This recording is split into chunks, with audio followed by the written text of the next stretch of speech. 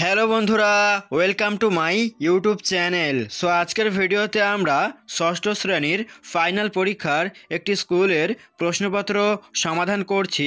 তোমরা যারা বা তোমাদের যাদের এখনও পরীক্ষা বাকি রয়েছে, চাইলে তোমরা এই প্রশ্নপত্রটি একবার দেখে যেতে পারো।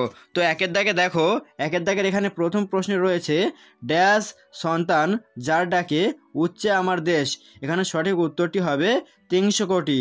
পরের প্রশ্ন দেখো, পাঞ্জাব কেশরী নামে বিখ্যাত। সঠিক উত্তরটি হবে লালা লাজপত রায়। পরের প্রশ্ন, এক বৃন্তে দুটি কুসুম হলো। সঠিক উত্তরটি হবে হিন্দু মুসলমান। পরের প্রশ্ন, কবি সুখ ও দুঃখকে তুলনা করেছেন। সঠিক উত্তরটি হবে ভাই বোনের সঙ্গে। পরের প্রশ্ন দেখো, সুধীরবাবু শিক্ষক ছিলেন। সঠিক উত্তরটি হবে বাংলা ভাষা ও সাহিত্য।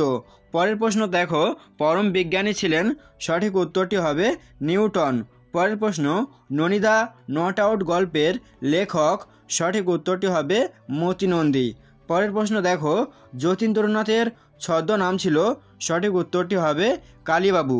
পরের প্রশ্ন লক্ষ্য করো, পারাবার শব্দের অর্থ। সঠিক উত্তরটি হবে সমুদ্র।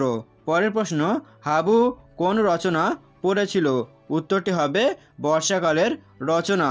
এবারে চলে যাব আমরা পরের পৃষ্ঠায়। দেখো, নিম্নলিখিত প্রশ্নগুলির উত্তর লিখতে হবে। প্রশ্নের মান 1 নম্বর করে দেওয়া রয়েছে। তো প্রথম প্রশ্ন এখানে রয়েছে, চণ্ডীদাস যেথা গাহিল গান, চণ্ডীদাস কে ছিলেন? উত্তরটা হবে মধ্যযুগের বাংলা সাহিত্যের একজন বিখ্যাত বৈষ্ণব পদাবলী কবি। পরের প্রশ্ন, যতীন দাস কত সালে শেষ নিঃশ্বাস ত্যাগ করেন?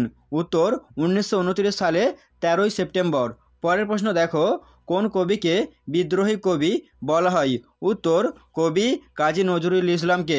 পরের প্রশ্ন দেখো, ছায়াময় গ্রামগুলিকে দেখে কবির কি মনে হয়েছে? উত্তর সুগভীর প্রেম যেন গ্রামগুলিকে ঘিরে রেখেছে।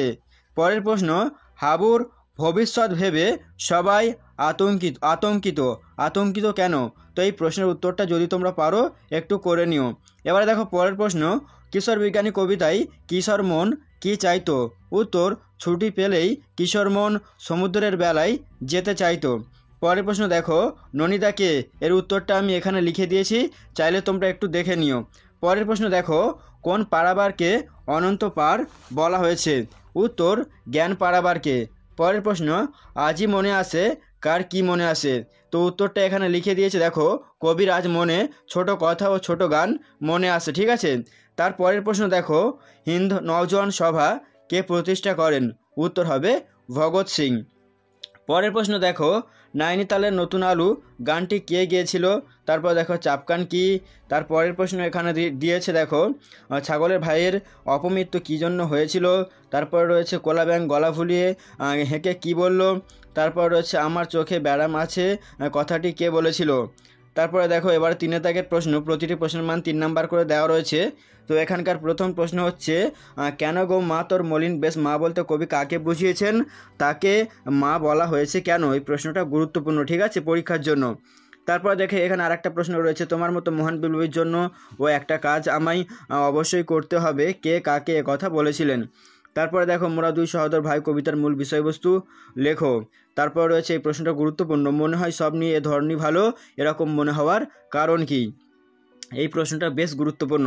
তারপরে দেখো, ছেলেটা চর্চা রাখলে বড় হয়ে নির্ঘাত সাহিত্যিক হবে, ছেলেটি সম্পর্কে কথা বলার কারণ কি? তার পরের প্রশ্ন দেখো, সারা মাঠ অবাক শুধু ননিদা ছাড়া, সারা মাঠকে অবাক করে দেওয়ার মতো কোন ঘটনা ঘটেছিল? তার পরের প্রশ্ন ভীষণ গুরুত্বপূর্ণ, বৃদ্ধ এখন শুধায় লোকে তাকে কি জিজ্ঞেস করে? তাদের প্রশ্নের উত্তরে তিনি কি বলেন? তার পরের প্রশ্ন দেখো, ইন্ডিয়ান ইন্ডিপেন্ডেন্স লীগ গঠনের কারণ কি ছিল? তার পরের প্রশ্ন তোমাদের দেখো, হজবরল থেকে ন্যাড়া কে, কেন সে আসামি হয়েছিল? বিচারে তাকে কি শাস্তি দেওয়া হয়েছিল? তারপরের প্রশ্ন, শিয়াল জিজ্ঞাসা করলো তুমি সজারুকে চেনো? শিয়ালের এই প্রশ্নের উত্তরে সে কি উত্তর দিয়েছিল? এবারে দেখো তোমাদের এখানে দিয়েছে, নিচের অনুচ্ছেদটি মনোযোগ দিয়ে পড়ে প্রশ্ন অনুসারে উত্তর লিখতে হবে। তো এখানে একটু তোমরা এটা দেখে নিও। এর পরের পেজটায় আমরা চলে যাচ্ছি, এখানেও কিছুটা দিয়েছে, এটাও তোমরা একটু দেখে দেখে লিখে নিও। তারপরে দেখো তো অনুচ্ছেদের প্রশ্নগুলি এখানে করা রয়েছে, দেখো তোমরা একটু আস্তে আস্তে দেখে নিও, ঠিক আছে।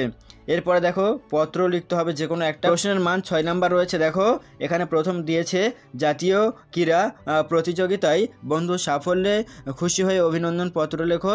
আরেকটি দিয়েছে বিদ্যালয়ে দেয়াল পত্রিকা প্রকাশনের আবেদন জানিয়ে প্রধান শিক্ষককে আবেদন পত্র লেখো। এবারে দেখো 6 দাগে দিনলিপি লিখতে হবে যে কোনো একটি। প্রথমে দিয়েছে সরস্বতী পূজা, তারপরে দিয়েছে শিক্ষক দিবস।